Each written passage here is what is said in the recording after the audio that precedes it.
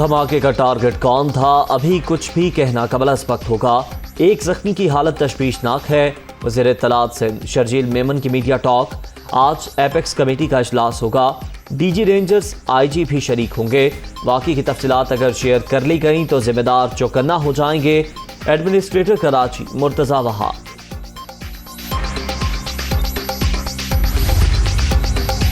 وزیر اعظم کی کراچی دھماکے کی مذمت، زخمیوں کو بہترین طبی سہولیات کی فراہمی کی ہدایت۔ بلاول بھٹو، عمران خان، وزیر داخلہ رانا ثناء اللہ، وزیر صحت عبدالقادر پٹیل، وزیر اعلیٰ بلوچستان عبدالقدوس بزنجو اور ڈاکٹر خالد مقبول صدیقی کی دہشت گردی کے واقعے کی مذمت۔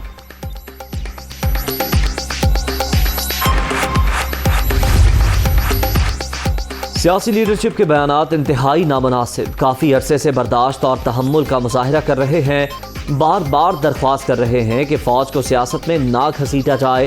ادارے کی لیڈرشپ کا فوکس اپنی ذمہ داریوں پر ہے۔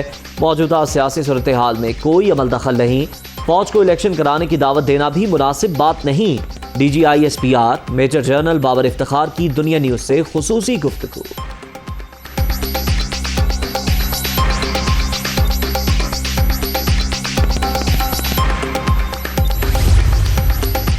آرمی چیف بہت اہم عہدہ سپہ سالار کی تقرری کا طریقہ کار آئین میں وضع کر دیا گیا ہے۔ تعیناتی آئین اور قانون کے تحت ہی ہوگی۔ بلا وجہ بحث معاملے کو متنازع بنانے کے مترادف ہے۔ پاک فوج مکمل طور پر متحد۔ تقسیم کی باتیں کرنے والوں کو ادارے سے متعلق علم ہی نہیں۔ تنقید اور پروپیگنڈے میں بہت فرق ہوتا ہے۔ D G I S P R major general Babar Iftikhar.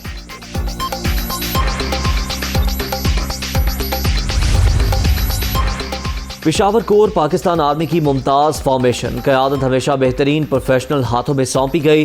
Corps commander کے حوالے سے سینئر سیاستدانوں کے بیانات انتہائی نامناسب ہیں اور قیادت کے مورال اور وقار پر منفی طور پر اثر انداز ہو رہے ہیں۔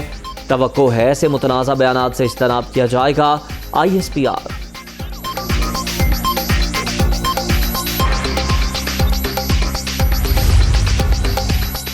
وزیر اعظم اور وفاقی وزراء کا دورہ برطانیہ، شہباز شریف مزید 2 روز برطانیہ میں قیام کریں گے۔ آج نواز شریف سے دوبارہ ملاقات شیڈیول۔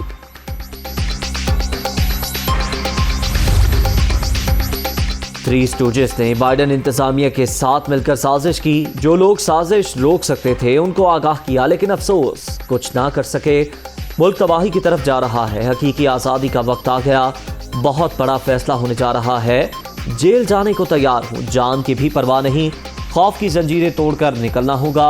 الیکشن کی تاریخ کا اعلان کرائے بغیر اسلام آباد سے واپس نہیں لوٹیں گے۔ عمران خان کا اٹک میں خطاب۔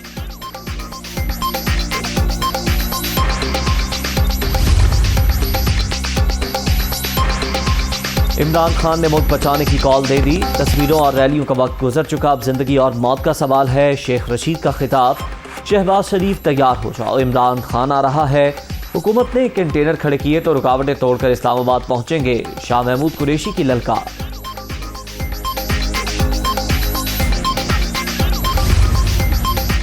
ساڑھے 3 سال گند پھیلانے والوں نے ملک کا بیڑا غرق کر دیا۔ عمران خان نوجوان نسل کو گمراہ کر رہے ہیں، رانا ثناء اللہ کا رد عمل۔ ملک کو شدید معاشی دباؤ کا سامنا ہے۔ P T I chairman polarization میں مصروف۔ اداروں کے خلاف منظم مہم چلائی جا رہی ہے۔ احسن اقبال کی میڈیا ٹاک۔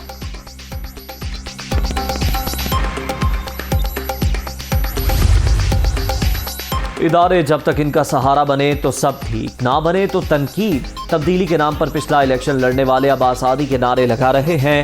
قوم نکالوں سے ہوشیار رہے۔ مولانا فضل الرحمان کا کراچی میں خطاب۔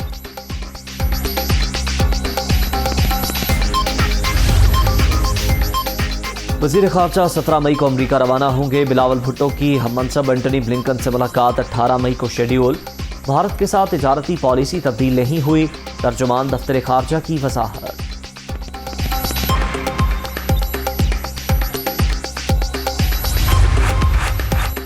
کراچی میں پیپلز پارٹی اور MQM رہنماؤں کی ملاقات۔ پی پی وفد نے آصف زرداری کا پیغام پہنچا دیا۔